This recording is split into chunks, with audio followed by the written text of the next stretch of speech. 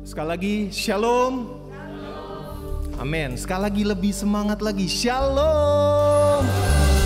Nah, kita lagi menyapa Tuhan kita, Allah yang hidup. Kita mau bangun roh kita yang ada di tempat ini, dan kita percaya Tuhan hadir di tengah-tengah kita. Mari kita satukan hati kita. Kita memuji, memuliakan nama Tuhan. Kita percaya kalau Allah kita adalah Allah yang hidup. Tuhan, kami hadir di rumah-Mu ini Tuhan, di mesbah-Mu Tuhan. Ini adalah pilihan kami Tuhan untuk datang ke tempat ini. Karena kami percaya kami menyembah Allah yang hidup. Karena kami percaya Tuhan Yesus bekerja dalam setiap kehidupan kami. Engkau adalah Allah El Shaddai. Engkau adalah Allah yang selalu memperhatikan kami Tuhan. Tidak sedetik pun Bapa Engkau melewatkan kami.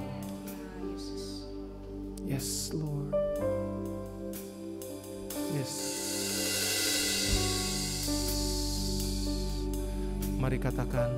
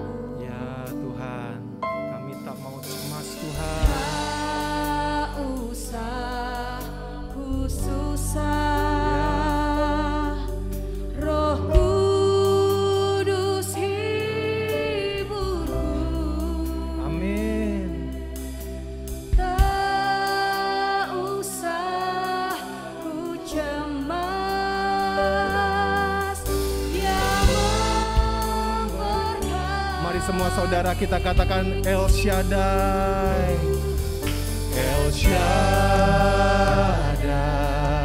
El Shaddai, Allah Maha Kuasa. Haleluya. Dia besar, Dia besar, El Shaddai.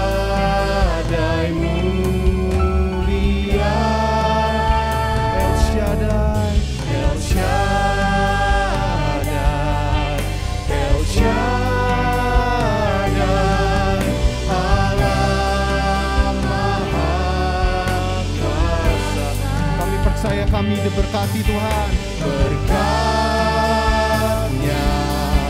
melimpah.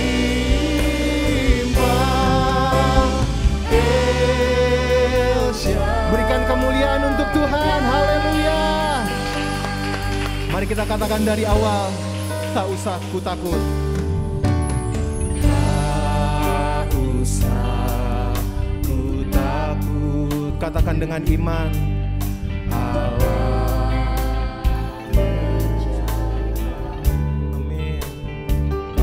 Kami bimbang Tuhan,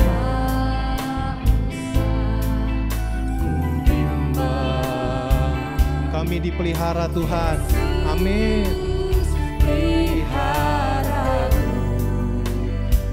Kami tidak mau susah Tuhan, susah. Roh Kudus, amin.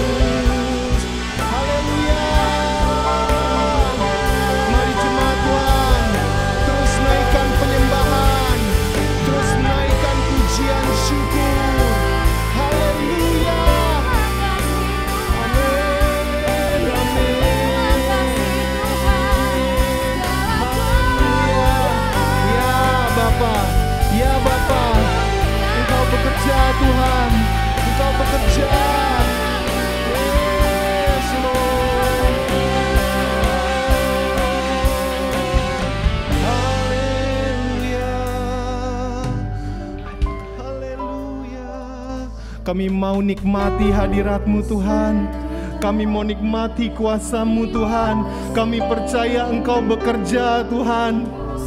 Kau melihat isi hati kami Tuhan. Kau melihat segala pergumulan kami Tuhan. Engkau melihat segala masalah kami Tuhan. Tapi dengan pujian ini kami yakin kami tidak perlu takut Tuhan. Kami tidak perlu bimbang. Kami tidak mau cemas Tuhan. Sebab kami percaya Engkau memberkati kami Tuhan. Ya Tuhan, hadirat-Mu sungguh nyata Tuhan. Betapa kudusnya Tuhan. Kami mau katakan dengan iman Tuhan pujian ini. Mari saudara-saudara katakan dengan iman, El Shaddai, El Shaddai.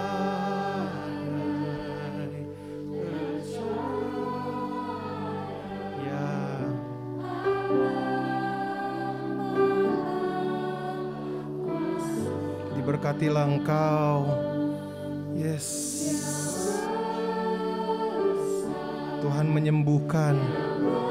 Tuhan memberikan jalan keluar. Amin.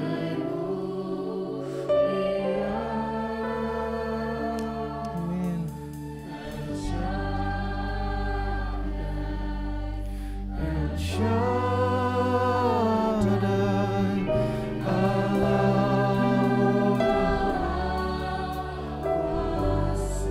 Berkatnya melimpah, berkatnya melimpah. El Shaddai. Saya undang Bapak Ibu untuk bangkit berdiri, nyanyikan sekali lagi pujian ini dari dalam hati. El Shaddai. Angkat tangan Bapak Ibu, katakan sama Tuhan, Allah. Amin.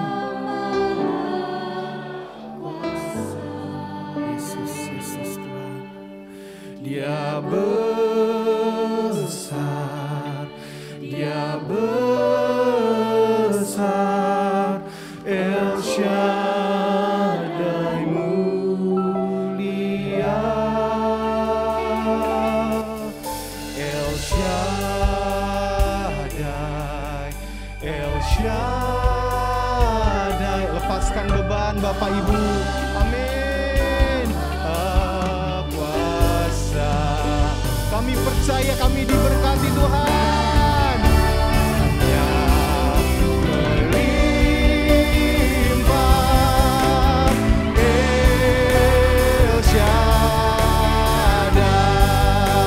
Kau Allah yang kudus, Kau Allah yang kudus. Amin. Kau Allah yang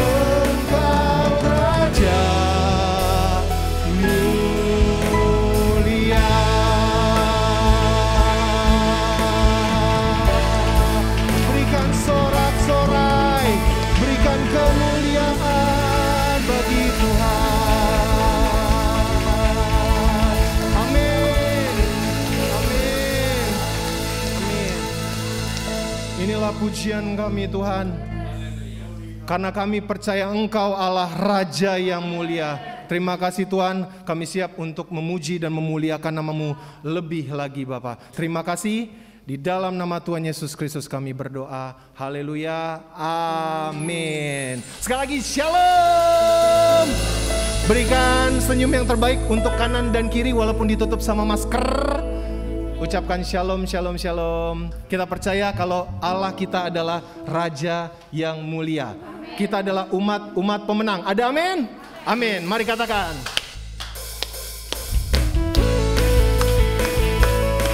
Berikan tepuk tangan sorak-sorai yang terbaik untuk Tuhan. Mari katakan, Raja mulia.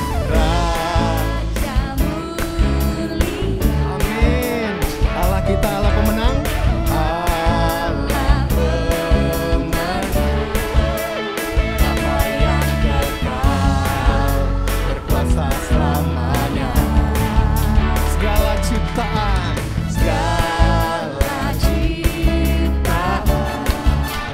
sujud menyembah, bagi yang mulia, berkuasa selamanya. Katakan, Kaulah Raja, Kaulah Raja, Kaulah Raja. Surga bumi menyembah, sorak-sorai kemenangan. Bagi Raja mulia, kemuliaan bagi Allah yang berkuasa selamanya. Engkaulah Raja, Engkaulah Raja. Mari katakan dari awal, Raja mulia. Amin. Allah pemenang, Bapa yang kekal, berkuasa selamanya. Kita percaya segala ciptaan sujud. Amin. Mari bersukacita. Amin.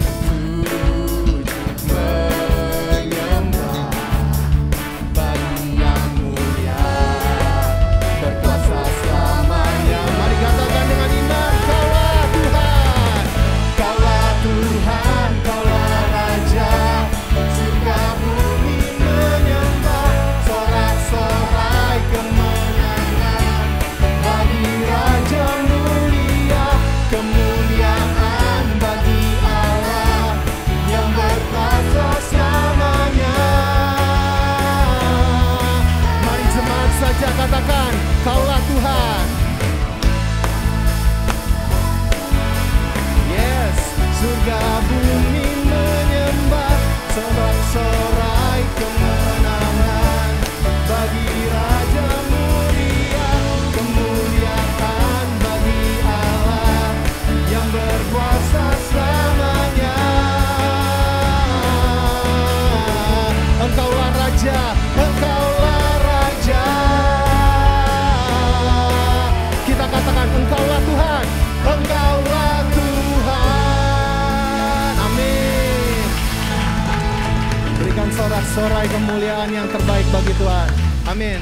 Kita percaya kita adalah umat pilihan Tuhan. Kita adalah umat pemenang. Amin. Saya persilakan Bapak Ibu untuk duduk kembali. Kita siapkan hati kita untuk mendengarkan kebenaran firman Tuhan. Kita percaya hari ini adalah saat yang paling indah, saat yang paling tepat. Tuhan panggil kita ke gereja ini, ke rumahnya Tuhan. Tuhan pasti punya maksud, Tuhan pasti punya tujuan. Kita mau berserah sama Tuhan, kita mau tundukkan kepala. Yes. Musik memuji Tuhan.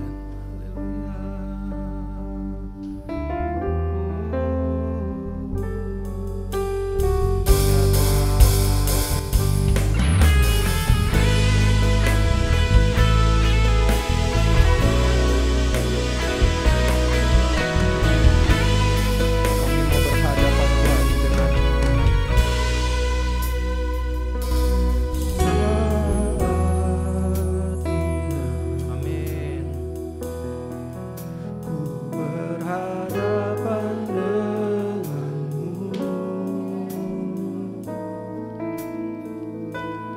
memandang wajah-Mu, Yesus kekasih jiwaku. Mari rasakan hadiratnya Tuhan. Bawa Amin. erat dalam pelukan-Mu,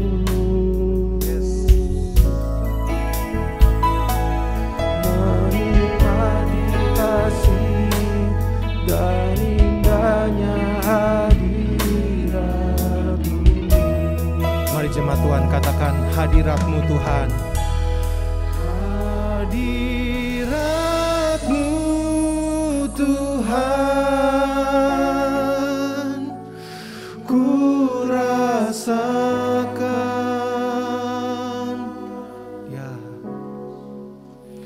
kekudusan-Mu Bapa, penuhiku. Kami rindu Tuhan, ku rindu selalu diam dalam bait-Mu, menikmati kasih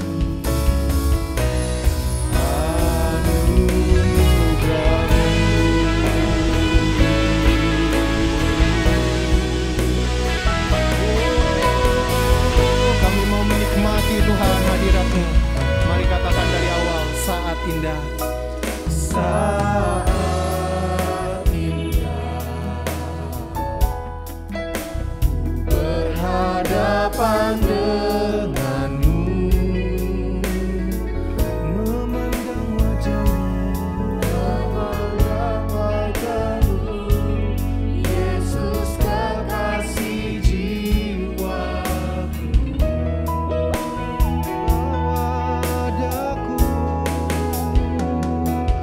Bawa daku erat dalam pelukan-Mu. Kami mau menikmati kasih, dan indahnya hadirat. Saya undang Bapak Ibu untuk bangkit berdiri, kita katakan hadirat-Mu Tuhan, hadirat-Mu Tuhan, ku rasakan kekudusan-Mu Bapa, penuhiku.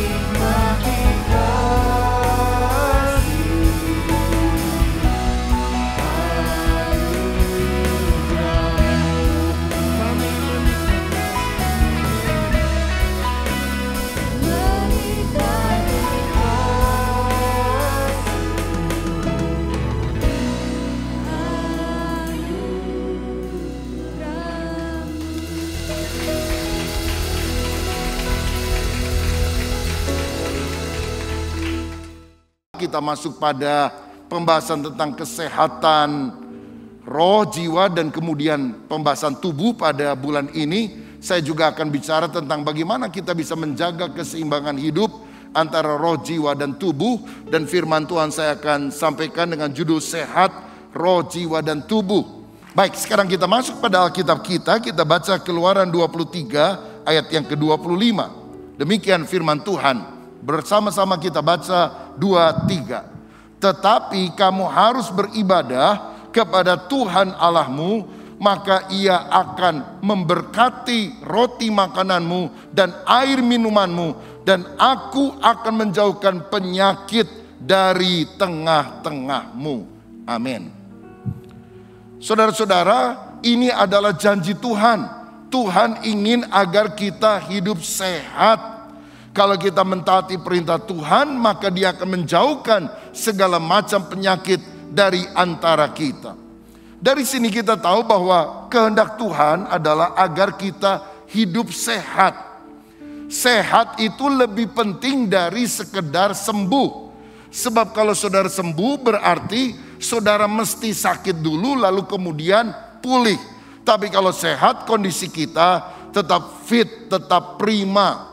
1 Yohanes 3 ayat 2. Saudaraku yang kekasih, aku berdoa semoga engkau baik-baik dan sehat-sehat saja dalam segala sesuatu, sama seperti jiwamu baik-baik saja. Jadi kalau orang jiwanya sehat, rohnya sehat, maka tubuh luarnya juga akan sehat. Nah, karenanya kita penting sekali menjaga keseimbangan hidup antara roh, jiwa, dan tubuh ini. Karena ketiganya sangat mempengaruhi satu dengan yang lain. Misalnya, kalau saudara terlalu capek, maka pikiran saudara, jiwa saudara sulit berkonsentrasi. Atau kalau saudara stres, ada tekanan pada jiwa, itu bisa mempengaruhi nafsu makan kita, sehingga tubuh kita makin kurus misalnya. Begitu juga dosa secara rohania, itu akan membuat jiwa gelisah dan tubuh juga menjadi sakit. Di Alkitab ada seorang murid bernama Epafroditus yang semangat sekali melayani, tapi rupanya kurang berhikmat, dia kurang istirahat, akibatnya sakit. Sehingga harus mengalami pemulihan dan bisa melayani lagi. Tapi dalam kurun waktu tertentu dia harus diobati, dia harus istirahat supaya dia sembuh, saudara. Nah, ingat, kita belum mengenakan tubuh kemuliaan. Kita masih dipengaruhi oleh hukum alam. Karena itu kita harus menjaga kesehatan tubuh dengan baik. Keseimbangan adalah sesuatu yang kita harus jaga. Kalau misalnya saudara sering kerja di kantor di mana kebanyakan duduk, tidak banyak bergerak, maka kita perlu imbangi. Kita harus berolahraga, menggerakkan badan kita. Karena Tuhan Yesus sendiri menjaga kesehatan dengan baik. Dia suka jalan kaki. Nah, kalau orang suka jalan kaki kemana-mana udah gak perlu olahraga lagi. Karena itu sudah bagian daripada olahraga tersebut. Yesus suka mendaki bukit, dia suka berdoa di taman, cari udara yang sejuk, cari kesegaran rohani, relasi dengan Bapa, tapi juga mencari kesegaran jasmani. Bahkan di dalam Markus 6 ayat 31, dalam jadwal pelayanan yang sangat padat, Yesus berkata kepada para muridnya, marilah ke tempat yang sunyi supaya kita sendirian dan beristirahatlah seketika. Sebab memang begitu banyaknya orang yang datang dan yang pergi, sehingga makan pun mereka tidak sempat. Tuhan Yesus saja istirahat. Allah bekerja 6 hari, pada hari ke-7 Dia beristirahat dan memberkati. Nah, apa tujuannya kita menjaga kesehatan? Bukan supaya body kita jadi bagus. Ya, dari badan one pack jadi six pack, misalnya seperti itu. Ini tujuan yang sifatnya duniawi, tujuan fana. Tetapi ingat bahwa tujuan kita menjaga kesehatan adalah agar tubuh kita tetap kuat untuk melayani Tuhan.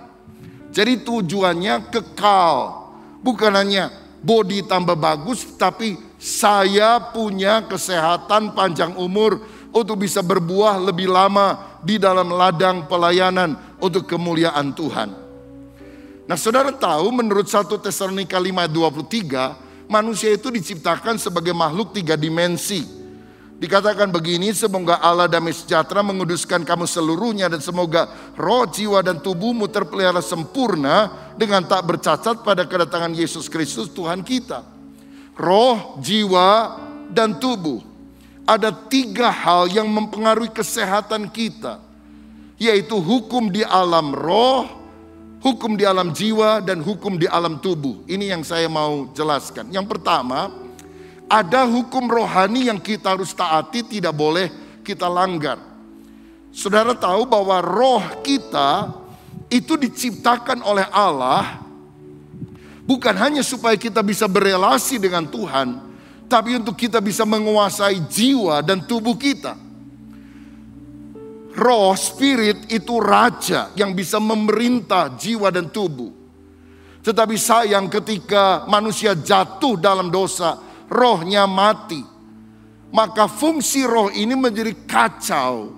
Fungsi roh ini menjadi hilang. Akibatnya banyak orang sekarang bukan rohnya yang menguasai jiwa dan tubuh, tetapi keinginan daging, hawa nafsu yang menguasai diri kita.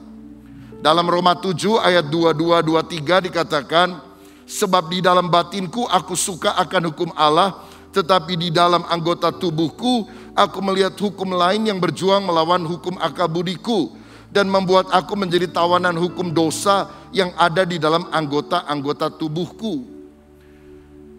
Hatinya berkehendak untuk taat, tetapi ada keinginan jiwa dan daging yang mendesak supaya kita jatuh di dalam dosa. Roh memang penurut, tetapi daging lemah. Nah saudara-saudara, karena itu penting sekali kita menguatkan manusia spiritual atau rohani kita. Pada masa kini ada banyak orang melatih tubuh dan jiwanya. Tubuhnya dikasih makan capcay, puyung hai, barongsai, bakmi, bakso, bacang, bakut, bakyak. Sampai gemuk sekali saudara, overweight. Tetapi dia tidak melatih rohnya. Jiwanya juga dia latih dengan pendidikan, dengan hiburan, dengan refreshing, supaya bisa segar. Tetapi saudara nggak pernah kasih makan roh kita.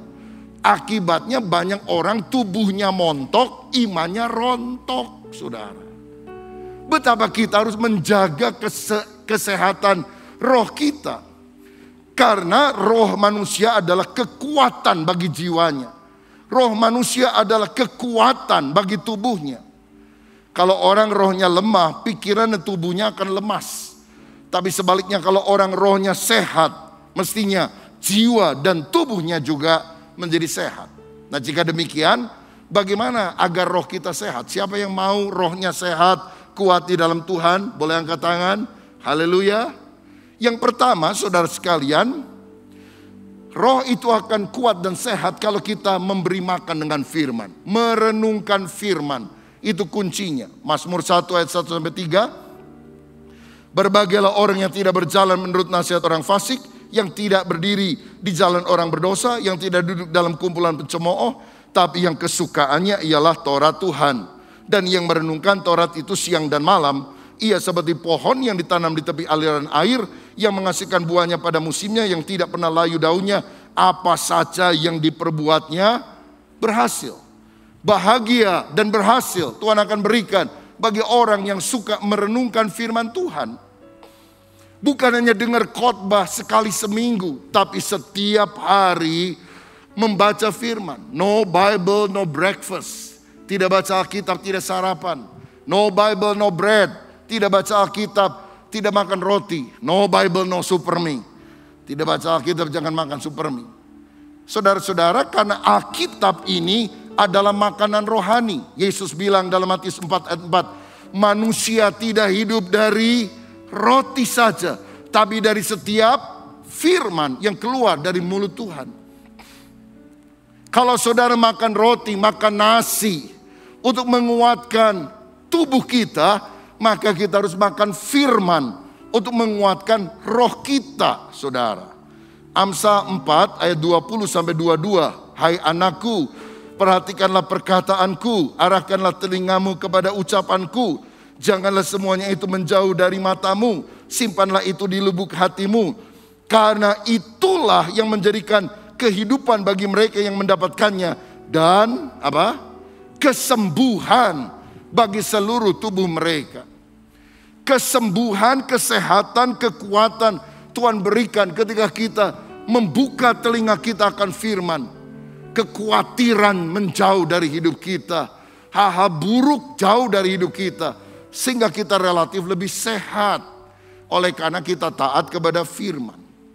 Renungkanlah. Dalam bahasa Inggris, to meditate. Meditasi. Nah, kalau dengar kata meditasi, bahasa Indonesia rasanya seperti dukun, jenggot panjang, bertapa di gunung. Tapi sebetulnya meditasi itu adalah merenungkan berulang-ulang, mencerna, memamah biak sampai apa yang kita baca benar-benar meresap dan kita lakukan dalam kehidupan. Kata meditate, meditasi atau merenungkan di dalam bahasa Ibrani itu dicatat dalam 3 kata yang berbeda. Yang pertama adalah sikah. Sikah itu adalah merenungkan. Kita baca bukan cepet-cepetan supaya habis, tapi direnungkan, diresapi, dipahami apa maknanya. Itu sikah.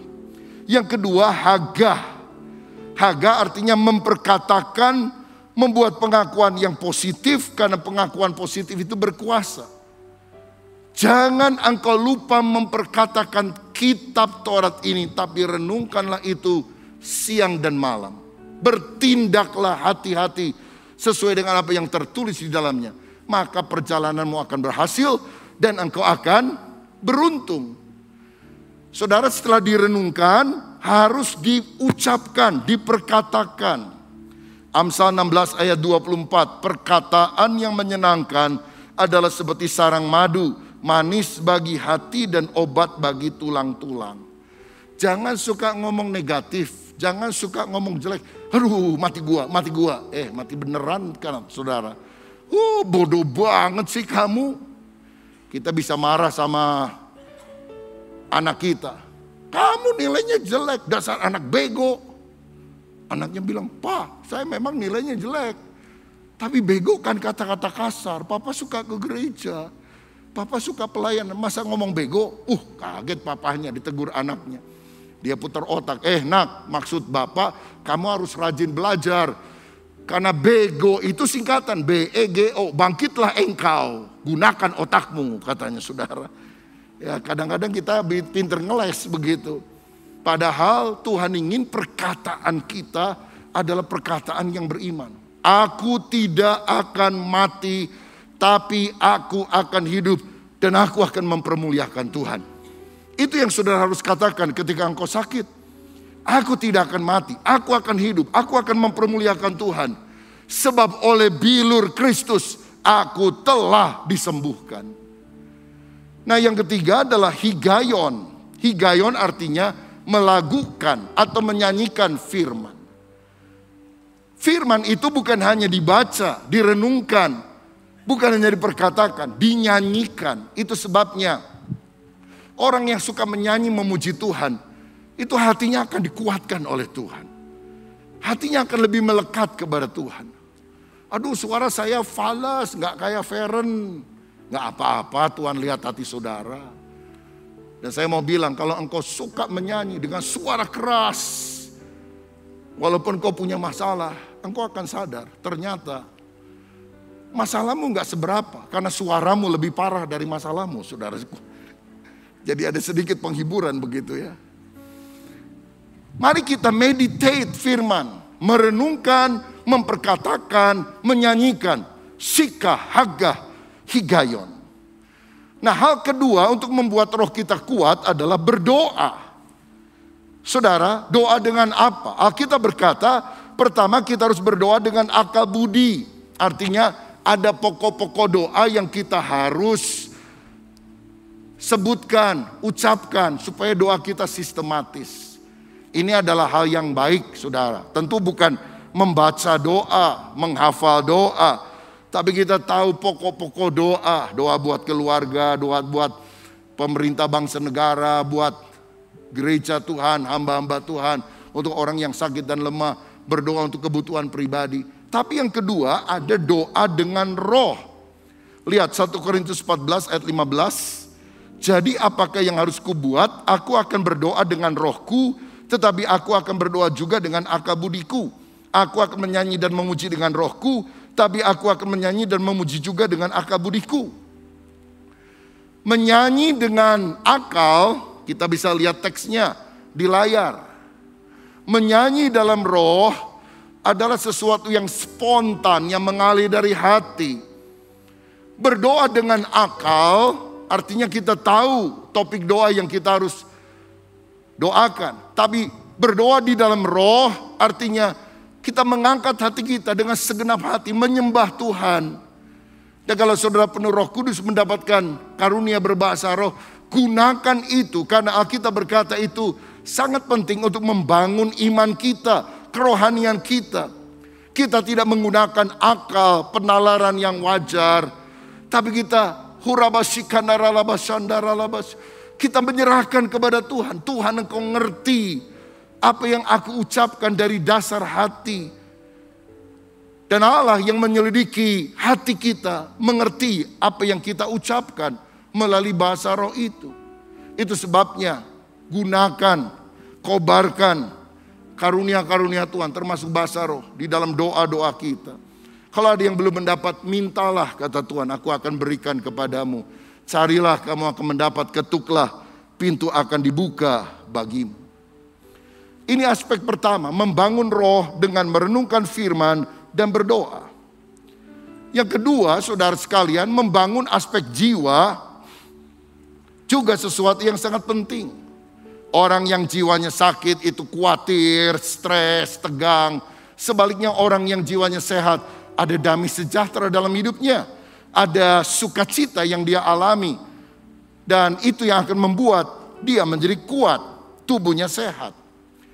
Nah, supaya roh kita kuat, kita harus merenungkan firman dan berdoa. Supaya jiwa kita sehat, maka kita pertama harus beriman. Hidup dalam iman, jangan takut. Banyak orang dikit-dikit takut. Aduh, nanti saya mau ke supermarket, masih ada nggak ya minyak goreng? Ada, saudara-saudara, ya. Iya, tapi mahal. Duitnya pasti ada, nanti Tuhan sediakan. Masalah kecil jangan dibesarkan, masalah besar jangan dikecilkan. Tapi kalau minyaknya habis gimana? Direbus, saudara-saudara. Kan gak semua harus gorengan, malah lebih sehat lagi ya. Gak kolesterol. Ya, para bapak ibu yang sudah lanjut usia, gak usah cari yang goreng-goreng terus. Rebus-rebus sajalah, supaya kita lebih sehat. Beriman. Ketakutan, stres akan menurunkan kekebalan tubuh. Kita jadi mudah sakit.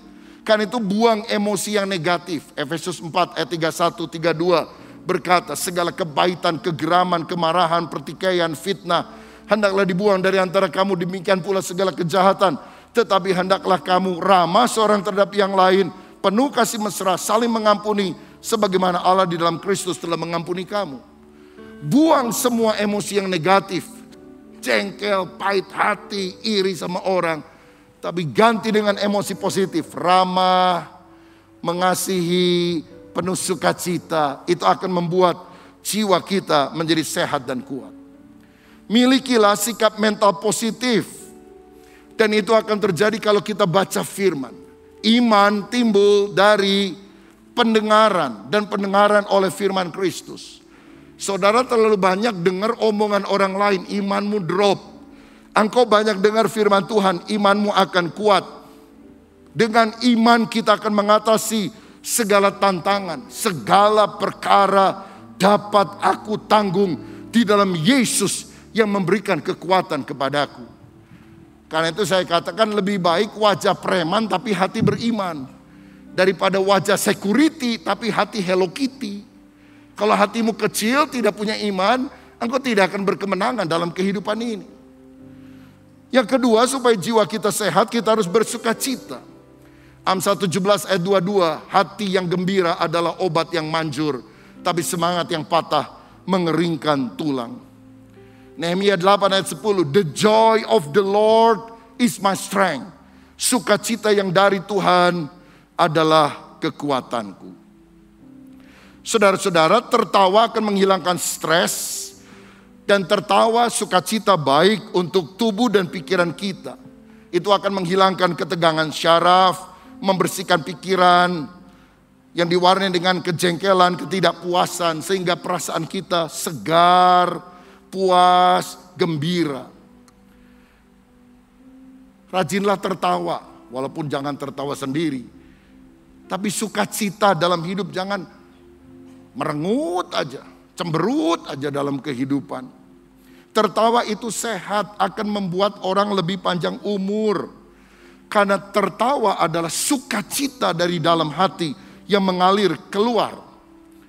Dr. Ern Crocker dari Sydney, Australia pernah berkata, orang yang mudah tertawa lebih sedikit menderita serangan jantung daripada orang yang jarang tertawa.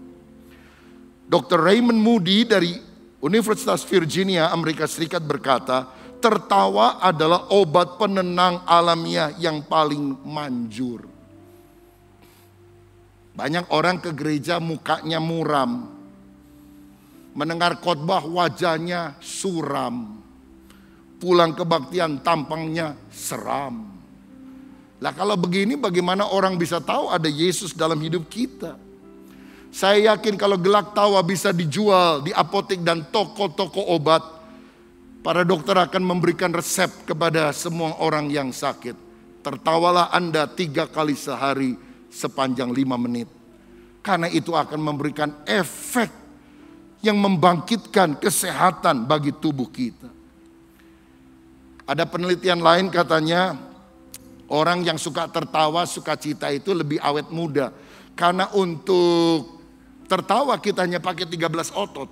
Sedangkan untuk cemberut 23 otot. Jadi kalau saudara mau lebih awet muda, ya, baby face, rajin-rajinlah tertawa, sukacita. Jangan cemberut terus. Nggak usah pakai jamu, galian putri, galian singset, galian kabel. Sukacita saja. Itu akan memberikan kebahagiaan dalam hidup kita. Dan kita adalah umat yang penuh dengan sukacita. Karena Yesus menjamin keselamatan kita. Haleluya. Puji Tuhan. Kadang-kadang kalau engkau salah, tertawakanlah kesalahanmu. Kita semua manusia bisa salah. Jangan kalau salah panik dan sebagainya. Ya tertawakanlah kebodohan kita. Tuhan memberikan sukacita yang tidak dipengaruhi oleh keadaan. Seperti Paulus di dalam penjara, dia justru berkata, bersukacitalah senantiasa. Kenapa kita bersukacita? Karena nama kita tercatat di sorga. Masalah sebesar apapun, paling banter mati. Mati masuk sorga. Apa yang kita takutkan? Cuma tutup mata di bumi, buka mata di surga. Cuma ciluk, apa yang kita susahkan, saudara-saudara? Inilah sukacita yang merupakan buah roh yang sifatnya supranatural. Yang terakhir, yang ketiga, jaga kesehatan jasmani. Dan bagaimana supaya jasmani kita kuat dan sehat? Ya ada banyak hal, berolahraga, tidur cukup, istirahat dan sebagainya. Tapi saya mau bahas 2 hal ini secara singkat. Yang pertama, puasa. Tahukah saudara, puasa adalah cara alami tubuh kita membersihkan diri dari dalam. Ada seorang dokter Jepang tahun 2016 yang lalu dia mendapatkan hadiah Nobel untuk penelitiannya dalam bidang kedokteran. Namanya Dr. Yoshinori Ohsumi. Dan dia menemukan apa yang sekarang disebut sebagai autopagi. Jadi kalau kita ini puasa, artinya tidak makan dari malam sampai besok siangnya. Misalnya jam 7 malam selesai makan terakhir. Lalu tidak makan lagi, pagi tidak makan, lalu siangnya kira-kira jam 12, jam 1 baru makan. Maka terjadi proses yang disebut autopagi. Di mana tubuh akan membersihkan dirinya sendiri dari racun-racun yang ada di dalam tubuh. Sel-sel yang rusak akan digantikan dengan sel baru, sehingga sel akan lebih diremajakan. Bahkan akan membuang berat badan yang tidak dibutuhkan. Jadi sangat baik sekali untuk kita mulai praktekkan hal ini. Jangan bangun tidur langsung cari makan. Saudara, Makan jangan terlalu malam. Saya sekarang mulai membiasakan makan kalau sedapat mungkin di bawah jam 6. Kecuali kadang-kadang kalau pelayanan di luar kota ini agak sulit karena habis kebaktian diajak makan. Tapi saya berusaha sedapat mungkin kalau di rumah jam 5, setengah 6 sudah makan, saudara. Dan setelah itu tidak makan sepanjang malam. Nah, pagi saya masih sarapan. Tapi ada waktunya kita melakukan auto pagi. Jadi pagi tidak makan, siang kita bisa makan. Alkitab juga menunjukkan Daniel dan teman-temannya hanya makan sayur dan air biasa, tapi badannya lebih sehat, lebih kuat, lebih gemuk daripada yang lain. Saudara, jadi bisa auto pagi, bisa ada jenis tertentu. Karena puasa itu paling tidak ada 3 jenisnya. Ada puasa total, tidak makan, tidak minum. Tapi yang kedua, puasa tidak makan tapi masih minum air putih biasa. Dan yang ketiga adalah puasa dari makanan enak. Seperti yang dilakukan Daniel. Dia tetap makan tapi nggak makan daging-daging dan yang lain. Dia hanya makan sayur dan dia hanya minum air putih biasa. Apapun polanya terserah saudara. Dan kita bukan hanya menerima efek bagi tubuh, tapi saya percaya di dalam doa dan puasa secara spiritual ada kuasa Allah yang akan dinyatakan secara luar biasa. Covid belum selesai, peperangan masih berlangsung di mana-mana, ada banyak ancaman-ancaman yang lain. Ini waktunya umat Tuhan bangkit untuk doa dan puasa.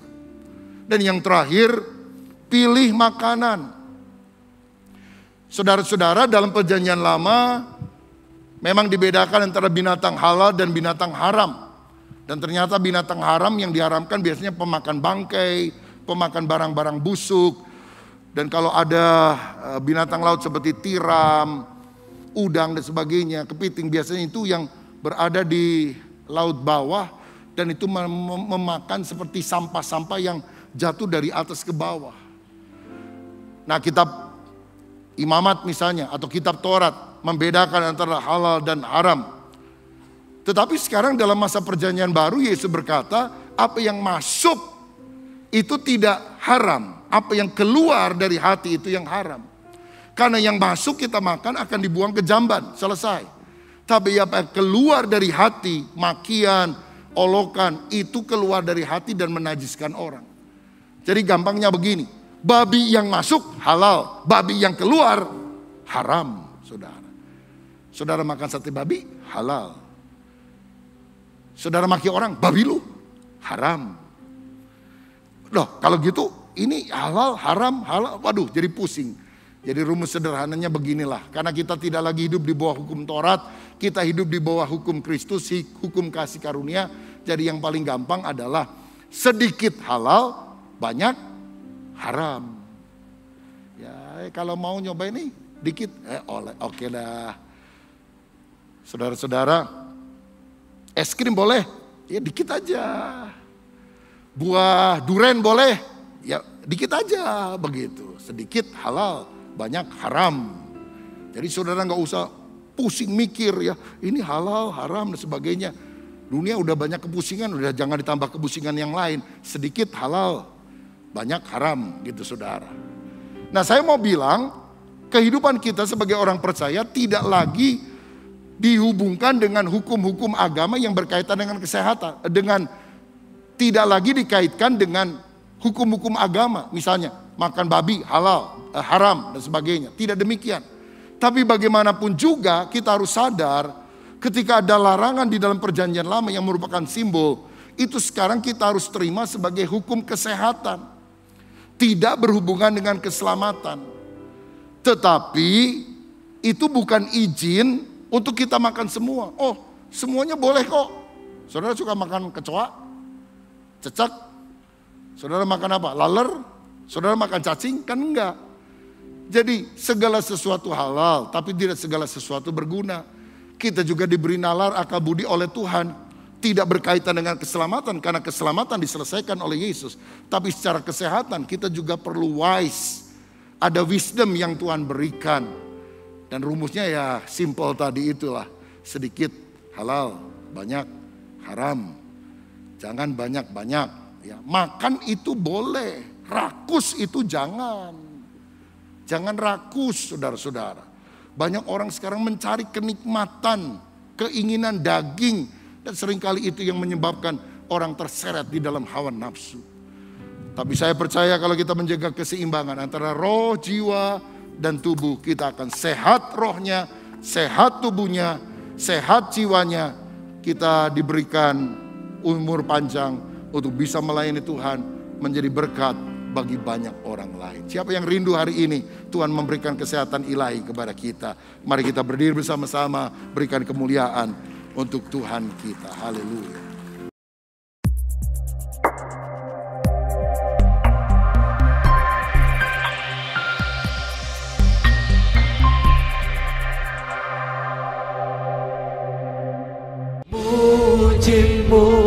Mari memuji dan menyembah Tuhan bersama-sama dalam Worship Night yang diadakan pada Kamis 23 Juni jam 7.30 malam live on YouTube channel GBI Bethel, disertai renungan malam bersama Pendeta Dr. Rubin Adi Abraham. Hidup dalam pengharapan bagian kedua. Mari jemaat Tuhan bergabung bersama-sama dalam doa antar generasi. Hadir sebagai pembicara Pendeta Dr. Rubin Adi Abraham pada 28 Juni jam 7 malam di GBI Bethel Mekarwangi. Acara gabungan Bandung, Tasikmalaya, Kelapa Gading, Kedoya, dan Bekasi. Acara ditayangkan juga melalui YouTube channel GBI Bethel dan aplikasi Zoom. Doa antar generasi, keluarga bersehati, Tuhan memberkati. Terpujilah nama-Mu Tuhan, kuat dan penuh kemuliaan. Satu suara kami nyatakan, kebesaran-Mu tetap selamanya. Terpujilah, terpujilah nama-Mu Tuhan, ajaib dan penuh keagungan. Satu hati kami nyatakan, kerajaan-Mu kekal selamanya. Shalom Papa dan Mama. Bethel Kids Ministry punya kabar gembira nih buat kita semua. Kita akan membuka ibadah Bethel Kids untuk kelas balita, kelas kecil, dan kelas besar sebanyak 2 kali ibadah, yaitu jam 8.30 dan 10.30. Ibadah ini akan dimulai pada tanggal 3 Juli 2022. Jadi, buat papa, mama, dan adik-adik yang udah kangen banget sama ibadah kids, kakak-kakak mau ajak kalian semua untuk beribadah sama-sama lagi. Catat waktu dan tanggalnya ya. See you!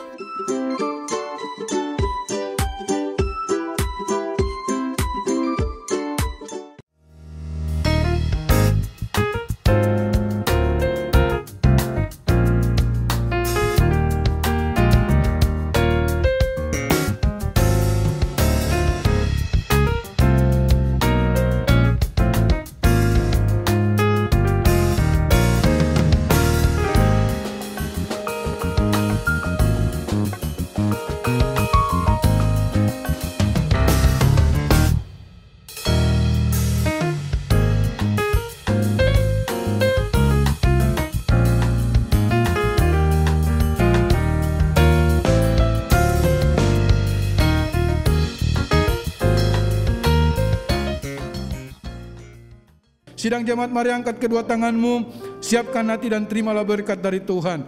Tuhan memberkati rumah tanggamu, Tuhan memberkati pekerjaanmu, Tuhan memberkati kesehatanmu, Tuhan memberkati pertumbuhan rohanimu. Sekarang pulanglah, terimalah berkat daripada Allah Bapa, cinta kasih dalam Tuhan Yesus Kristus, dan melalui persekutuan yang indah dalam kuat kuasa Roh Kudus tinggal tetap menyertai kita mulai hari ini sampai Maranatha Yesus Kristus datang pada kali yang kedua menjemput kita di awan-awan yang permai. Yang percaya dan sudah diberkati Tuhan, mari katakan bersama, amin.